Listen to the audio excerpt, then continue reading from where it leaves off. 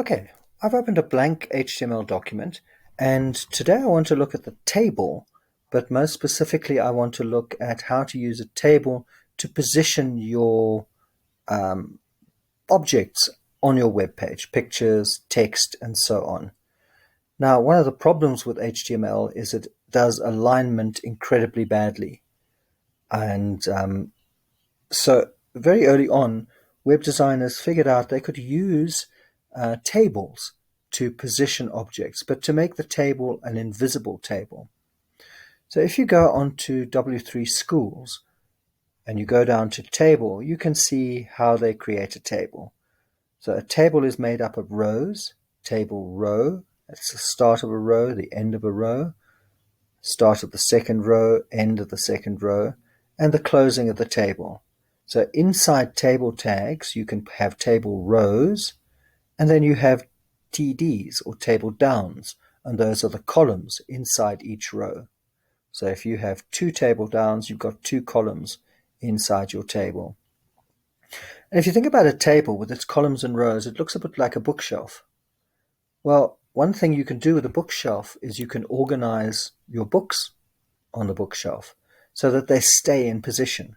One of the annoying things about alignment in a web page with just straight HTML is that things jump around and it's difficult to position things and design your page accurately. You probably figured this out by now. Well, one tool you can use is a table to tidy up everything.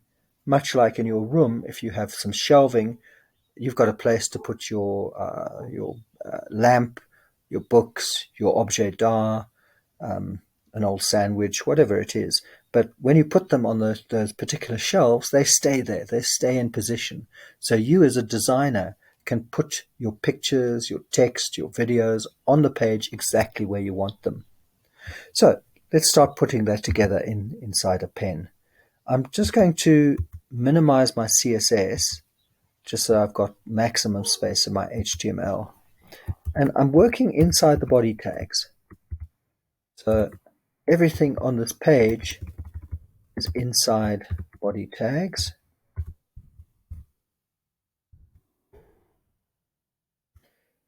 And then I'm going to create a table. So remember, the body is what shows on your website. I'm just going to create a table. Then I'm going to go right down to the bottom, and I'm going to close my table. Now, when you just have a table, for example, here, this is just showing months and savings, January, £100, that kind of stuff. That's just a table inside a web page. But if you're using your table to create the design for your web page, then it must fill the whole page. So you've got body opening the table, closing the body. And everything in your web page is inside that table.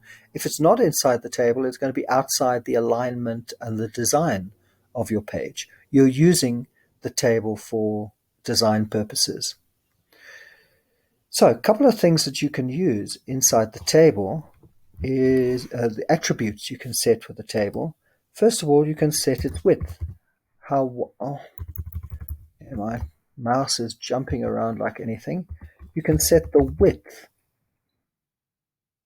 So you could set the width, for example, by percentage. So you can use either exact pixels.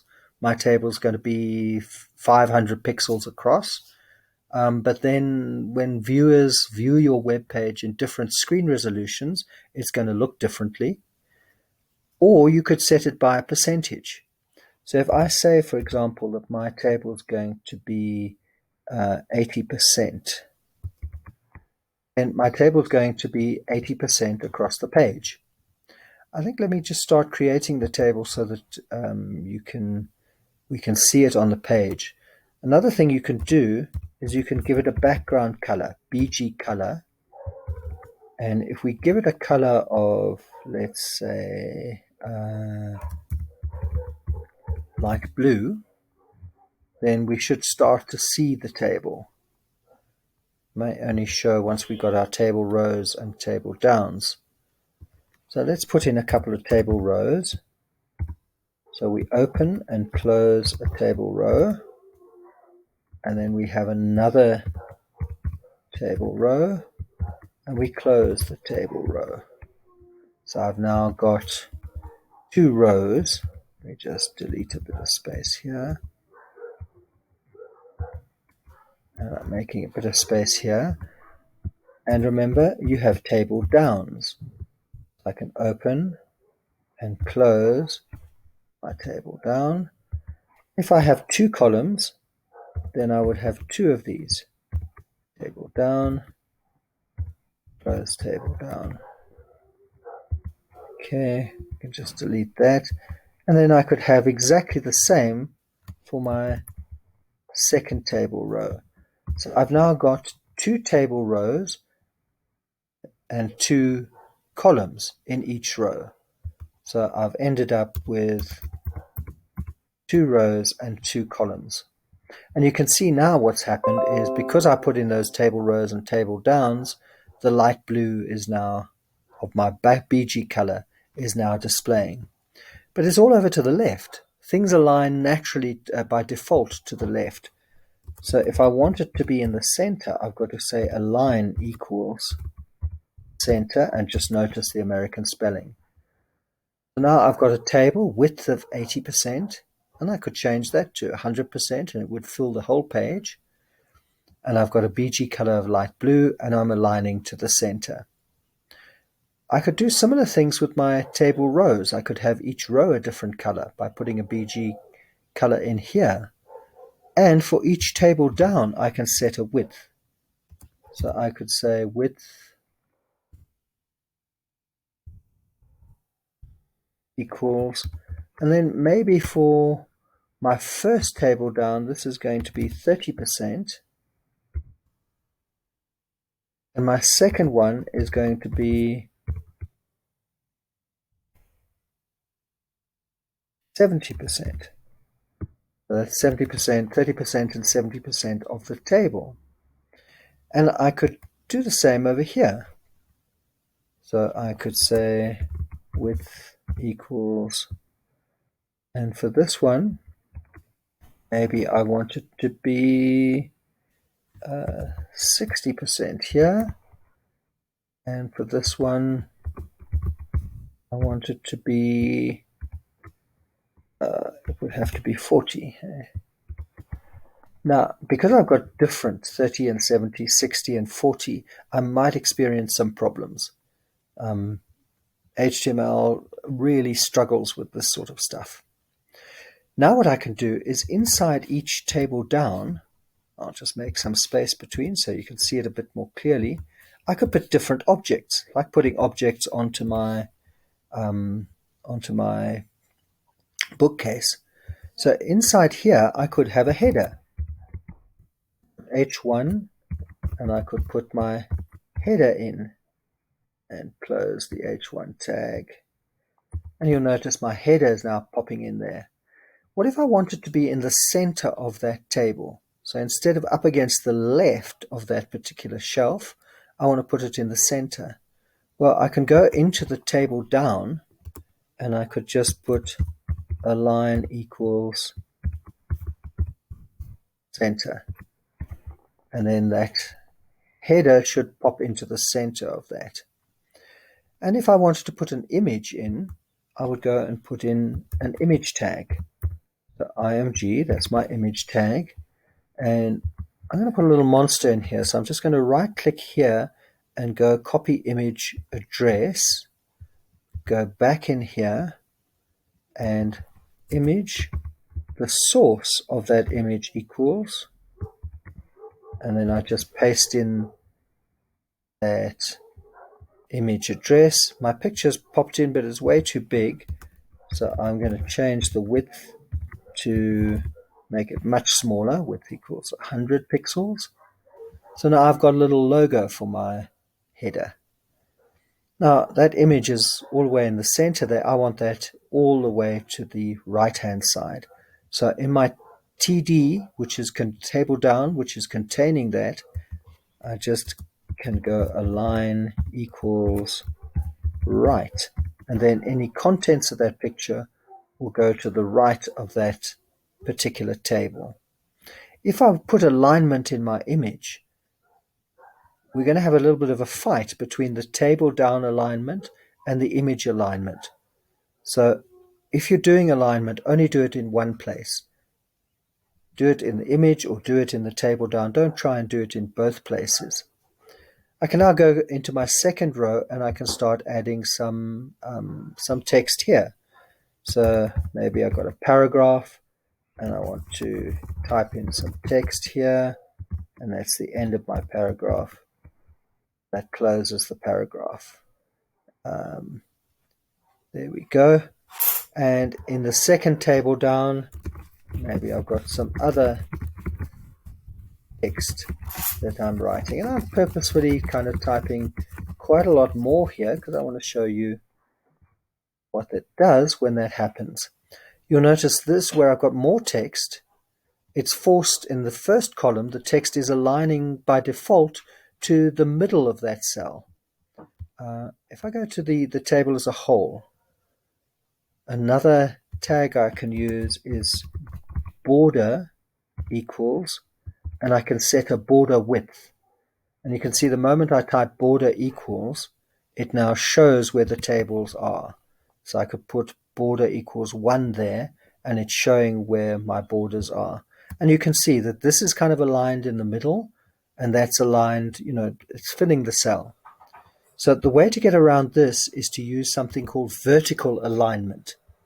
So I can go into where I've got all that, not so much text here. If I put in V-align, that's vertical alignment, equals, and I put in top, then what happens is that text will also align to the top. Any moment now. Okay, not sure why it isn't doing that.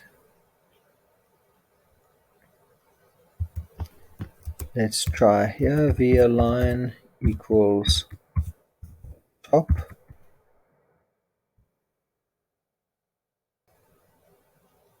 Okay.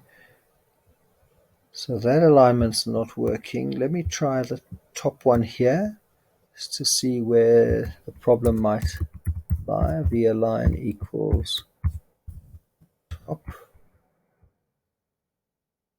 And you'll notice there it's popped to the top. It hasn't popped to the top in this one. So